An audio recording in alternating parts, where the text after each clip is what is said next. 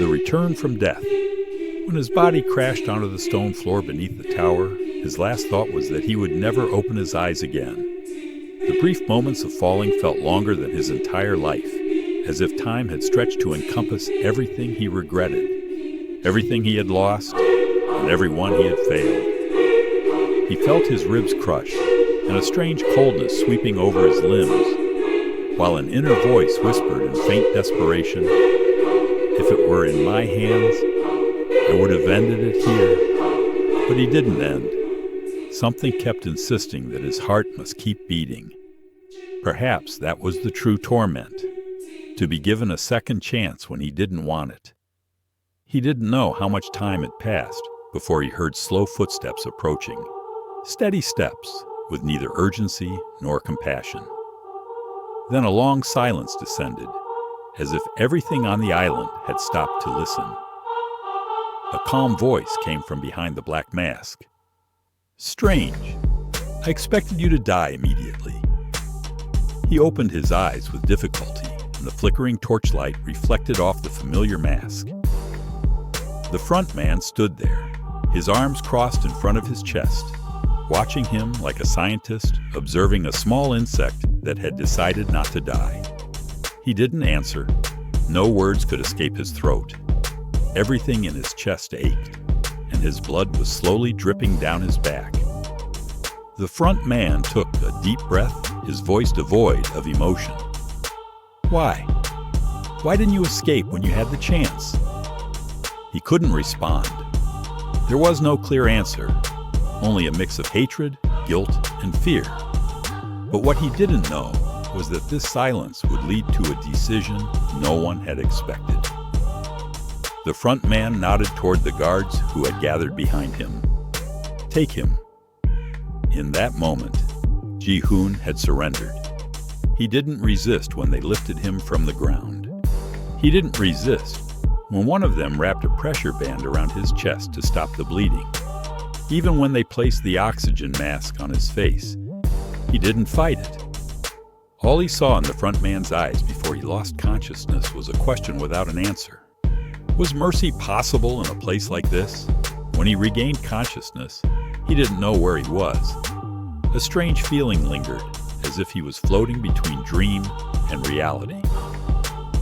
He opened his eyes and saw a bright white ceiling shining like a sky without a sun. He tried to lift his head, but a sharp pain pierced his chest. His hands were tied with leather straps on either side of the metal bed. He tried to scream, but no sound came out. He tried to free his hands, but they wouldn't move. Everything was silent, as if the world had ended and he was the only one left. After a few minutes, he heard footsteps approaching slowly.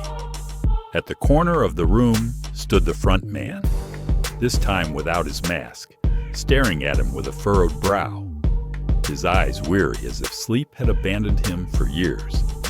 He stood there, watching him in silence, then came closer and placed something small on the side table.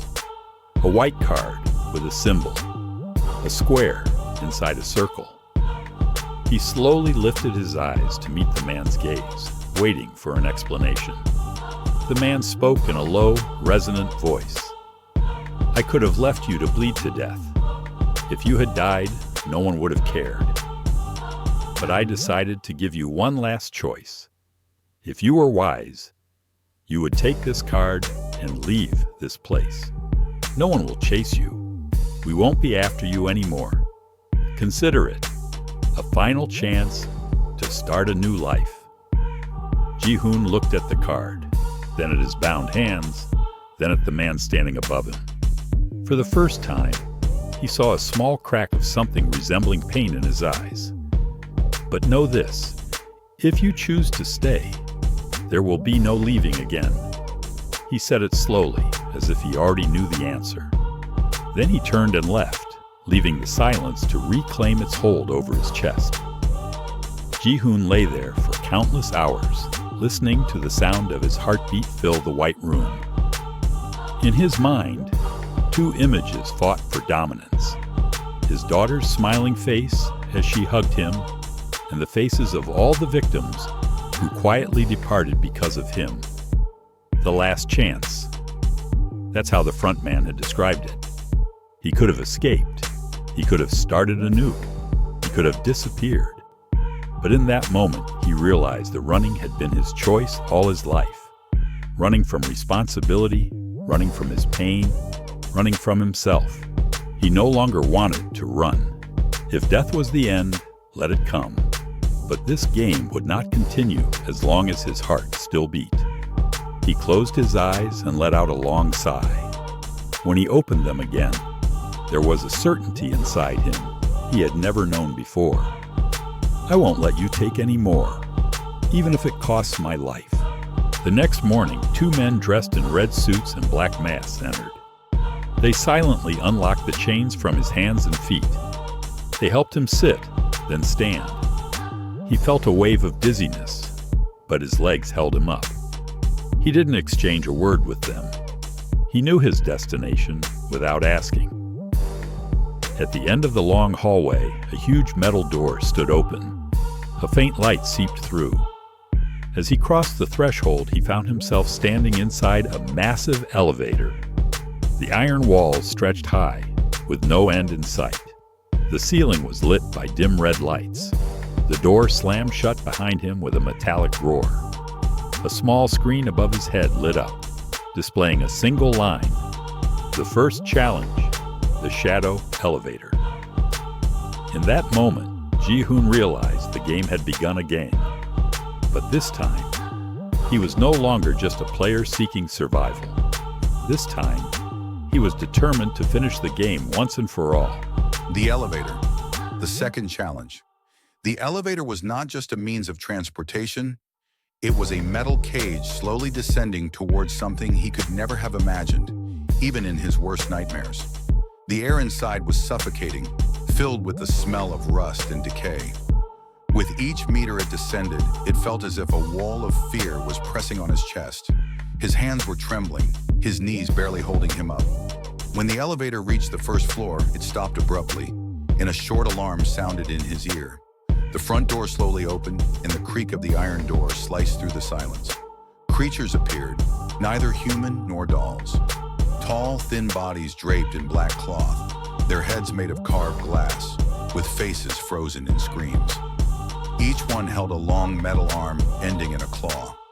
They moved forward slowly, their heads swaying in eerie synchronization. In that moment, he didn't think. His hand flew to the red button beside the door, pressing it with all his strength until the door closed in their faces.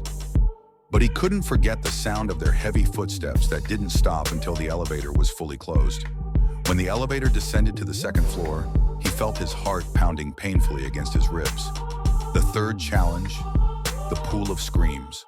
When the next door opened, he found himself in a vast room engulfed in suffocating darkness. He took a step forward, and thousands of small eyes glowed in the dark. A chorus of intermittent whispers began to fill the room. He took shaky steps until his foot stumbled upon something sticky. The light suddenly flickered on, revealing a massive pool filled with dark black water. In the water, small dolls with distorted heads floated, emitting intermittent human screams. Sounds of crying, pleading, screams of pain. He felt a chill pierce his body. But at the bottom, he saw something glimmering, the metal key that would unlock the chain on his wrist. He closed his eyes, took a deep breath, and dove in. The water was ice cold to the bone, its viscosity clinging to his face and neck, while the doll's screams beneath the water grew louder. He felt his breath running out. He opened his eyes in the darkness and saw the dolls circling around him in slow motion. He reached for the key, but one of the dolls grabbed his wrist with its small, twisted fingers. His heart nearly stopped. With the last of his resolve, he tore the key free and surged toward the surface.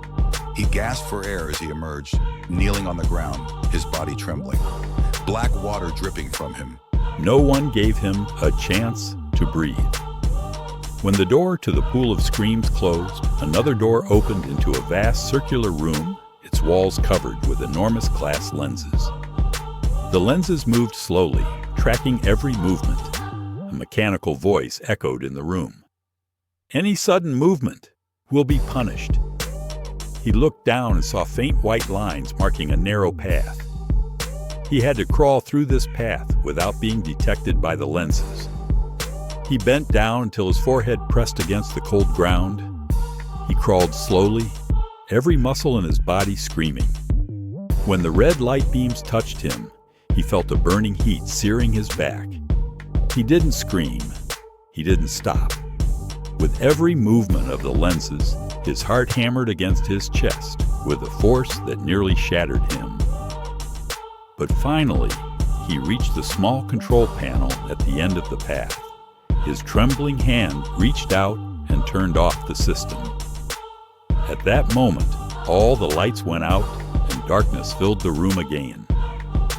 The fourth challenge, the echo of regret.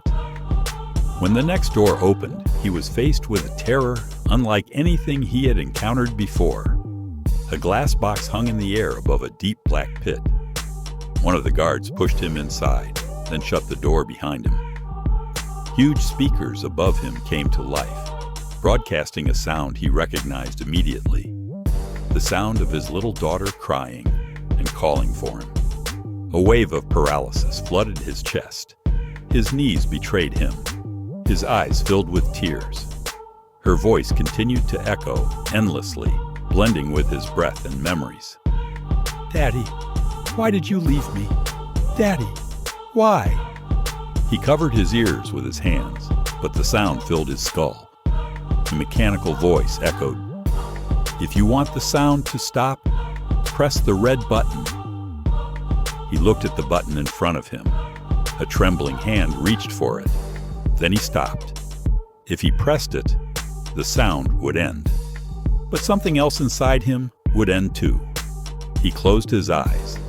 He decided to endure, to stay with the echo of regret, because he no longer wanted to run from it. 10 minutes passed, feeling longer than his entire life.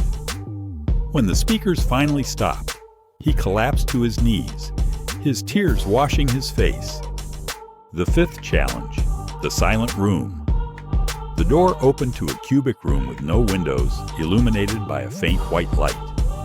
In the center was a metal chair bolted to the floor, and in front of it, a black screen. As soon as he entered, he was forced to sit, and a metallic helmet descended over his head, enclosing his skull. Nothing was heard, nothing was seen, only complete silence, like death itself. He remained seated for what seemed like endless minutes until he began to hear the steady beat of his heart, growing louder as if it was knocking against his skull. Then the whispers began. His mother's voice, an old friend, an old victim. "You ran, you ran, you ran." He knew the silence here was the enemy. Any movement, any scream would trigger a deadly electric shock. He remembered every moment of weakness he ran from, every memory he was too afraid to face. He decided not to make a sound. When the session ended after 20 minutes, he left the room with heavy steps, as if 10 years had passed in mere minutes. The sixth challenge, the Red River. He crossed a narrow passage until he found himself in front of a rickety wooden bridge spanning a river of boiling red liquid. Each wooden plank creaked under his weight. With every step, steam rose, and a sharp burning smell filled the air, like blood being scorched. His second step broke a plank, nearly sending him falling. He clung to the sides, gathered his breath, and thought of his daughter. If he died now, nothing would stop them. With stubborn resolve, he raised his body and continued to the edge of the bridge, where a metal lever halted its movement and opened another door. The seventh challenge, the running doll's room. He entered a room lit by flickering lights. Suddenly, dozens of small dolls burst from the corners, their eyes glowing blue, holding short blades in their hands. They charged at him with terrifying speed. He raised his arms to protect his face, feeling small cuts from all sides. His body screamed in pain, but he ran toward the end of the room, where he saw a metal box. He inserted the iron key and waited until the doll's lights extinguished and they collapsed, lifeless. He breathed slowly, blood dripping from his arms. But he was still standing. The 8th challenge, the Sea of Bones. The next door opened to a deep pit filled with fake human bones. An artificial scent of decay filled the place. He had to dive to the bottom to find a golden chain that would open the exit door. He dove among the bones, feeling every rib he touched, reminding him of those who had died. Echoing screams, phantoms of the past, filled his mind. His hands moved through the lifeless void until they hit something heavy and metallic. He gripped the chain with all the strength he had left. He emerged, gasping for air, his face pale as if he had lived 1,000 lifetimes in a minute. The 9th challenge, the gallows. The next corridor opened to a raised platform from which hung the ropes of a gallows. He stood on a narrow wooden board, feeling a thick rope tighten around his neck. A mechanical voice echoed, "Enter the correct number of victims, or the board will shrink every 10 seconds. His mind spun. Thousands of victims, each season. He closed his eyes, summoning every image, every scream, every tear. He entered the number 147, a moment of silence. Then the rope's lock clicked open and it fell to his knees. He survived, but his heart would never survive. The final challenges, from the 11th to the 15th. The 10th challenge, the cursed mirror. He entered a room with broken mirrors covering the walls. Distorted images of himself and his victims reflected faces that screamed and twisted. Each mirror had a number and a letter. He had to collect the correct letters to form the password. Each mistake triggered a flash of light that weakened his heart. The flashes struck him 3 times until he felt like his chest would explode. But finally, he gathered the word, "End game." The door opened. The 11th challenge, the silent path. A transparent glass corridor stretched above a massive tank of sharks swimming below his feet. With each step, the glass groaned with terror. His hands shook, and his legs barely supported him. But when he reached the end, the glass didn't break. Something else inside him shattered, the remnants of his fear. The 12th challenge, the memory chest. He found a glass box displaying scenes from the worst moments of his life. His mother falling ill, his daughter leaving with him. Each scene struck his heart like an arrow. He had to press the stop button while watching each image without blinking. Tears streamed down his face, but he didn't close his eyes until the last moment. The 13th challenge, the shifting room. Circular screens spun around him, showing his face as he screamed. Every time he tried to focus, the speed of rotation changed. His eyes reddened from exhaustion. But finally, he spotted the screen that displayed the final code. He reached out and pressed it. The 15th challenge, the final button. The last room was completely silent. In the center was a large red button, and on the table, a transparent syringe. An automated voice repeated, "The red button will destroy the island and everything on it. The syringe will give you a new life, free of memories." He looked at the syringe, then at the button. He closed his eyes and remembered everyone who had died. Then he whispered, "Enough." He pressed the button with all the strength he had left. Alarm sirens blared everywhere. The screens went dark one by one. The generators exploded. Flames swept through the corridors, and the island began to crack beneath his feet. He ran toward the emergency exit that opened in the floor. He crossed a narrow,